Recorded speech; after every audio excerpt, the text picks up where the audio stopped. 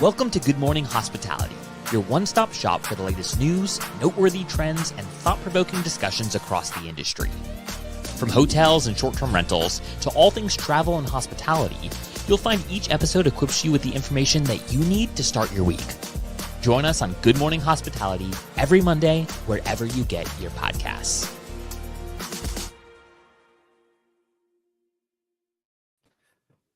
Good morning. Happy Welcome Monday. back. Great to see you, Jamie Lane. And we got Mr. Golden. Can you hear us? Can you see us? You might be freezing. We might be having a little bit of a lag. Jamie Lane, welcome back to the show. How you been, my friend? I think my internet just gave out real quick, but I'm back. There he is. There he is. Coming back in. We got the boys of GMH back on the show. Happy Monday, everybody. We are so excited to be here. Jamie Lane, it feels like the times between you being on the show and the times not are just far in between. So how you been, my friend? How's it going? It's going well. Had a excellent Father's Day weekend. Yes, happy Father's Day to both of you guys. Two dads on the show. Two dads and a single dude. Lovely. Yeah. Yeah. So wife and kids made it a fun day. Took my 7-year-old out on a long bike ride. And then all good. Did they do anything special? Did you get breakfast in bed? Did you get to have some peace and quiet? Or what was the like the extra special dad gift? My 7-year-old made me a card, but it was a unique card in that he made a robot out of a box that he could like sit in, and then the box was then decorated as the card. So he was like a card robot thing. It's like Iron Man, but like kids. Iron Man, but a birthday card. Yeah. Yeah. I love Or it. not a birthday card, Father's Day card. Yeah. Yeah. It was awesome. Yeah. Or like Michael said, a walking telegram, literally just walks up to you. I love it. Michael, you and the boys do anything fun? We did some work in the yard. Got donuts in bed. Oliver wanted to watch a fishing show and eat donuts, so that's what we did. Pool, grill out, the typical Father's Day dad experience. I look forward to the day. Sounds lovely. But glad you guys had a good Father's Day. Well deserved. You guys are fun dads. I like to hear the stories that you guys share in the group chat. So happy Father's Day to you guys. How was your weekend? Yeah, good. I spent it up in the weekend, or not on the weekend. Wow. I'm obviously struggling with Monday. I spent it up in the mountains. That's what I meant to say. But yes, it was great. Another weekend up in the mountains, camping, enjoying some good Good Morning coffee along the way. So shout out to Well and Good Morning Coffee for supporting my caffeine while hiking the beautiful mountains. So yeah, shout out to Colorado for always making it fun. But good weekend. Can't wait for this one. All right. Well, we have a lot of topics to get into today. And I think, obviously, for the listeners, live viewers, let us know where you're tuning in from. We do not have Brandy Canali on the show today as she is on the road. Once again, she is constantly moving around and keeping busy. So, yeah, we can't keep up with her. It's really hard. Shout out to Brandy for all that you do. And we miss you. We'll see you next week. All right, Jamie, what's been new with the data? Because it has been about a month since we had you on the show. I did hear from you in a group chat saying that we got last month's data and Q1's data back. So it sounds like we got some new insights to share. I would love for you to jump in. Yeah. Well, the team was down in Miami a couple weeks ago at the Vermeer Executive Summit. And our CEO Rohit had his first time up on stage presenting the data with Jason from Key Data and Wheelhouse. So that was pretty fun. But it was amazing when you looked across all the data, just like how bad summer was looking in terms of pacing. Like across the board, occupancy's down anywhere from 2 to 4%, and by location type. When we look at bookings are down relative to last year, overall nights booked. But then you look at, so like all the sort of indicators on forward data are like, all right, buckle up. We're getting in ready for a tough summer.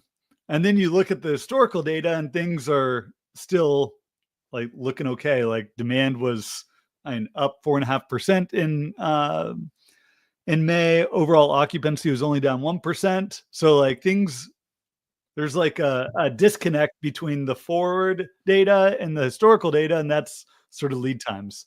So people are just booking shorter and shorter. So as we get into the summer, into summer bookings, and things are coming in, people are just not booking as far in advance as they used to. The uncertainty out there is still palpable. We're still seeing stock market up, stock market down. We just had this sort of new war launch in between Iran and Israel, which just further adds to uncertainty out there. Oil prices spiking, and 10% on Friday in the sort of lead up to summer travel season could have an impact. Hopefully they sort of come back down with sort of excess capacity that other countries could sort of make up for if the Iranians go offline in terms of oil production. So overall, and we're not out of the woods yet, and by any means, but people are booking. They're just booking last minute. The demand's coming in. People aren't skipping their vacations, but in terms of like certainty going forward for the rest of summer that things are going to continue to be good, like we just don't have it. And at any given moment, something big could happen that could cause people, you know what, like, and let's not do that trip. There's a reason why we're sort of holding off. Like, let's just cancel it. So I'd say I'm optimistic that things are going to hold as they are now, and we're going to move through the summer, and the bookings are going to come in, but there's still a lot of risk out there that things could pull back. Yeah, and we took over management of a hotel in Virginia in May 1st. And on the 15th, we were sitting at a specific revenue number, and we nearly doubled that by the end of the month. So booking windows are super, super compressed. I mean, I'd say at least 10% of our reservations are for either that night or the next night, which I don't know. Our first month managing it, so I don't know if that's normal, but it seems excessive. So we're sweating it out day by day, looking at the revenue numbers. But in the end, it ended up being the best month that the hotels ever had. So those last minute bookings sure did come through. So you're saying last minute bookings aren't a bad thing. It just adds to the oh shit factor of like, are we going to make it to the revenue numbers? I'm interested to see. I mean, this has to be fairly new. Booking windows have compressed. Jamie, you can tell me. I'll speak anecdotally. They've compressed over the past 2 or 3 years. But that said, I don't know. Are the pricing tools adjusting to that appropriately? Like if we're getting 50% of our reservations in a 7-night span, I just don't know how reactive some of those systems are to the current environment, given all that uncertainty that you already mentioned, Jamie. Yeah, no, it can make it very hard for automated tools to sort of react to the booking windows and know that the demand's going to come in, more than likely suggesting discounting as you're getting closer. And it's sort of up for the revenue manager to sort of look at the data and get comfortable, because this is a big bet, right? If you're going to hold or if you're going to discount, and knowing that the bookings are going to come in, and that any sort of change in the macro environment and could cause it. And then it's also like, and where's your demand coming from? So like we're still looking at the international inbound data, and May was sort of our first month of like non-calendar shift impact, like from Easter. And so stays from Canadians were down 13% in May, sort of inbound demand from Canada to the US. But inbound demand from Europe was only down 2.5%, sort of travelers coming from Europe. So, and there was a worry that we were going to see a massive pullback from all international travelers, and sort of any market exposed to international, I might be down this summer. And yes, we're seeing it from the Canadians. Maybe rhetoric was a bit stronger towards Canadians at the beginning of the year. We very quickly sort of pulled back on the European tariffs, or at least paused them. So at least for demand so far, or in international travel so far, like, and the vast majority of inbound demand comes from Europe. So we're still seeing that, and it's holding, but again, still a risk. And those international travelers are the ones that book further in advance. And to say, like, Will, you sort of made that comment about like, what do we care as long as they're booking last minute? It's like, we'd much rather them booking 2 or 3 or 4 or 5 months in advance and sort of, and know that demand's there going into the summer than sort of wish, pray, hope. Yeah. Yes, it's better to have that, obviously, but I'm still saying like, okay, it's still like the bookings are still happening. It would be worse if we were seeing no bookings at a last minute pace, right? Like that's where I'm like, at least there's still a little bit of hope. Don't freak out. And I really like Heather's comment here. Panic positioning is real in this industry. Patience positioning is a better strategy. So couldn't agree more, Heather. Sometimes I remember like my hotel manager days, we would, see occupancy was low. We would start to look at rates and inventory and shuffling the deck and doing all that stuff. And then you see your competitors down the road start dropping price. And then it was just a race to the bottom because everyone then started dropping price. And then all the rooms started filling up and we filled it for half the amount of money that we technically could have made. So don't be a race to the bottom. Be a patience positioner, like Heather says. Don't race to the bottom. There we go. That's my slick talk for the week. All right. There we go. No, that's really interesting. But I want to actually transition to our first story, which we talked a little bit about last week with Brandy, but Jamie, it made a lot of sense to also get your input too, as we saw Airbnb get a little bit of flack for stealing or poaching, violating terms of service for websites and directly using a platform to try and grab those experience offers. Michael, pull them on to their platform. It's like, hey, Michael, how about you just share the whole story? I can't help myself. It's kind of like a host just asking on Airbnb to book direct.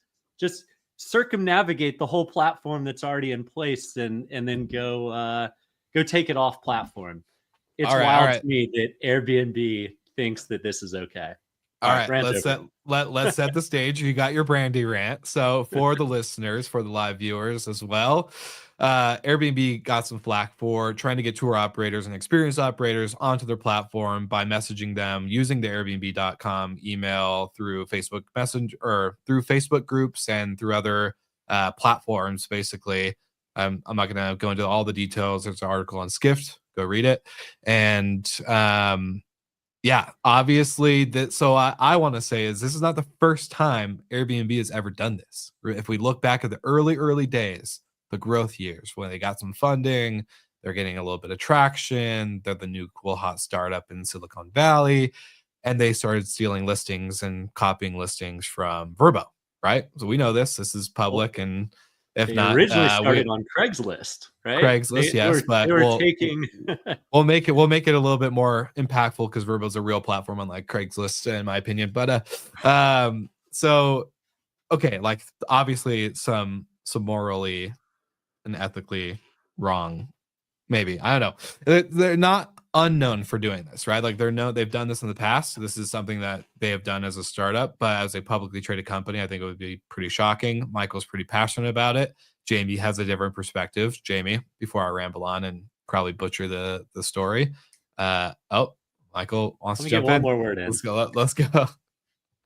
There's a difference, in my opinion, between scrappy startup mode and $90 billion publicly traded company. Like, you have the resources and the capital to do it the right way and not go poach other platforms' users. Now, scrappy startup mode, 0 to 1, Airbnb early days, I love it. Like figuring out Craigslist, messaging the hosts on Craigslist, asking them to list, cool. But you're a publicly traded company. you can't do this anymore. And it's just, especially when you're going after your hosts on doing things that are against the terms of listing and terms of service, and then you go do it on someone else's platform, not a fan.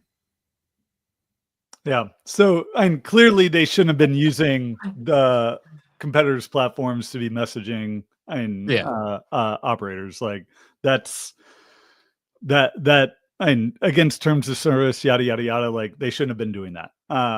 But on the other side, like and so we're talking about supply of experienced operators. So tour guides. We're talking about and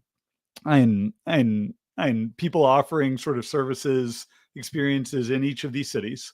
Like all this supply is public, right? Of who's offering these tours. And the fact that, and as Airbnb sort of launches into these new business lines, that they're not going to be trying to find who's offering these services and getting in contact with them and offering it on their own platform. Like, and absolutely going to happen.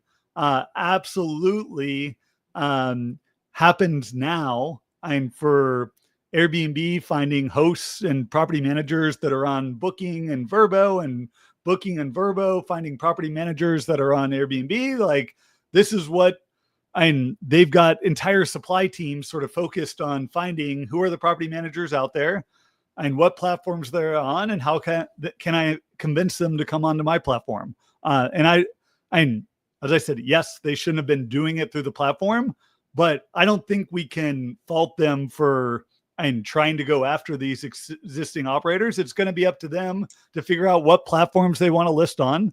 Like if you're an experienced operator and you want to list ideally on multiple platforms, like we talk about all the time, how no business should only have one way of distribution, and that these operators should be finding other ways to distribute their product. So, and how they went about it, yeah, not probably the best way, but I do think that there's going to be competition in this space. Yeah. I'll say to add, just I agree. I think it was a bad approach, but I wanted to ask you on the question. You kind of made the statement, Jamie, but I'll leave this open to both of you. Do you ever think there will be a point where exclusivity is going, like distribution, every business, whether you're a tour operator or an STR host, property manager, etc., should always have many ranges of distribution? But do you ever think we're ever going to shift to a point of exclusivity where the platform is really going to try to own that? I'm more assuming in the term of, in my head, I can see Airbnb seeing an experience or a tour being really good, really profitable, really highly sought out, searched, etc., booked, and probably wanting to own it in some shape or form. I don't know. I could see them getting to a point. They could call it like Airbnb Originals. Yeah, exactly.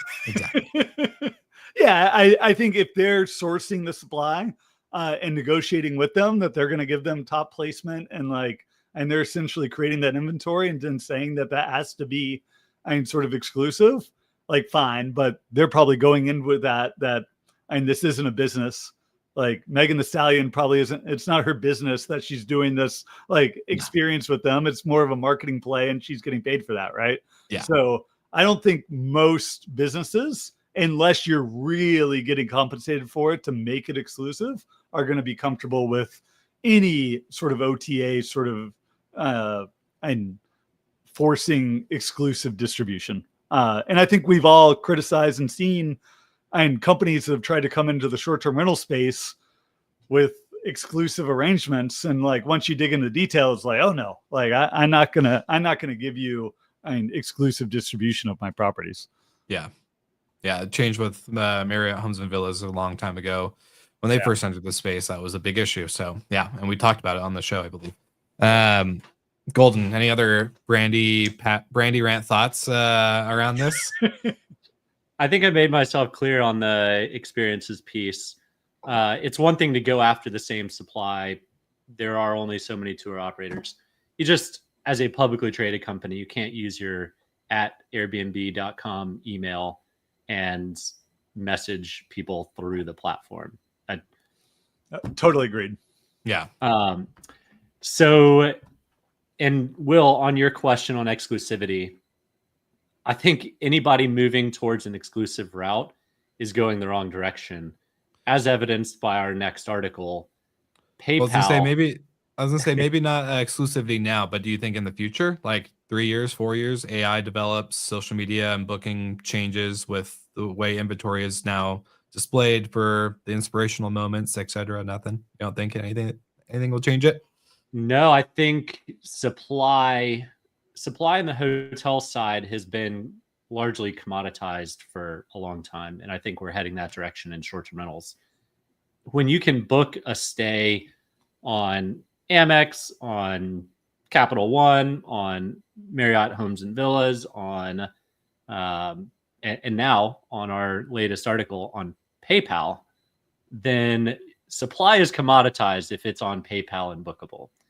And that's not a bad thing. The more places your supply is getting viewed and thought of, that's good. But anyone offering or requiring exclusivity in a world of commoditization, that just seems like the wrong call to me. Sure. Well, speaking of our next article, let's jump in. We see that PayPal enters the hotel booking industry, the sector of hotel booking with self-book integration. So basically, you will now be able to book a hotel room using PayPal. And as we discussed pre-recording, pre-live, and Venmo, because PayPal PayPal owns Venmo. So I'm surprised that PayPal's still alive. Let's be honest. I was like, whenever someone asks me to like pay them via PayPal, I'm always like, what's my login? How do I get in? Is it safe? Do I trust this platform anymore? I usually don't do it. I ask for PayPal, or sorry, not PayPal, Venmo or ACH Direct. But yeah, shocker that PayPal is actually the owning company of Venmo, which I thought Venmo probably would have owned them, but I guess they got to the Venmo company early. So anyways, what are your guys' thoughts on this? Because I think I know over the years we've seen a lot of, obviously, like mobile booking is really popular for hotels, whether it's through an app or just through mobile search, whether it's Google, Safari, etc. But now to just be able to pay and make it easier, it's kind of like adding the Apple Pay button to your checkout or something like that. Like, right? Like, I think just making the payment process for any of our guests is the way to go. We should stop having them fill out form after form after form, online and in person, to just have them give us the same credit card info they would have done if they just paid online. So any thoughts around this? I'm curious. Unless you have a gift card. Yeah. That's another rant. Jamie, go ahead. Yeah, I was gonna say, and I think you're starting to get to what causes friction and how can you make sort of the booking of travel easy. And in this sort of world that we're in now of like frictionless payment, where like like you're saying with Apple Pay or Google Pay or people that use PayPal or Venmo, like when you have your sort of payment system ready and like you're ready, one-click bookings, like now bring me the things that I'm regularly buying or maybe aspirationally buying into that experience and make it easy for me to pay. As if let's say I want to, and what I think is interesting too is there's sort of partnerships with Perplexity and sort of doing AI booking agents. Like what's going to get hard with all these things is like, all right, it's great to use AI to sort of find and discover travel, but then what is the experience to easily pay and book it? As if sort of all the booking engines are using and making their inventory discoverable, then it's going to be who can sort of make it seamless for me to pay, not have to create an account, all those other things. So if you can start using the sort of external payment platforms that exist and sort of which payment platforms out there sort of have mass sort of distribution. And we've talked about PayPal, Venmo, like how many other are there out there? Like, yes, there's Google and Apple Pay, which are going to have their own already have their own travel distribution. So it does seem like, and PayPal's trying to get in and make it easy. They're going to try some of the distribution directly through their own app. And if anything, it's just making and bringing travel more to the forefront for more consumers and and more entry points, the better, in my opinion. A little too easy. I'll say I'm one of those guys where if I see an Apple Pay button at the end of my cart or checkout, guarantee there's a 95% chance I'm probably buying it because it's too damn easy. It's like a click, face scan, boom, it's done. It's at my door the next day. So it's a little too easy in my opinion, but yeah, I agree. The friction points for the booking process have been for a long time way outdated, and I think it's finally cool to see updates like this, little things like this that continue to push that ball forward of more convenient and ease. So, Golden, any thoughts?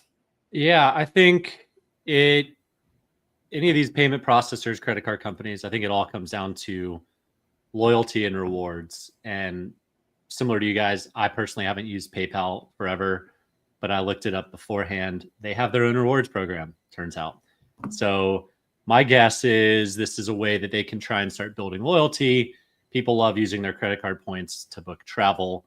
And that's my guess of this. Otherwise, it does seem like an odd partnership, but when you layer in loyalty and rewards, anywhere that you can gain loyalty, people typically want to burn it on travel or travel and experiences. So makes a lot of sense. I do think PayPal, globally is probably a lot more adopted than it is, US to US transactions.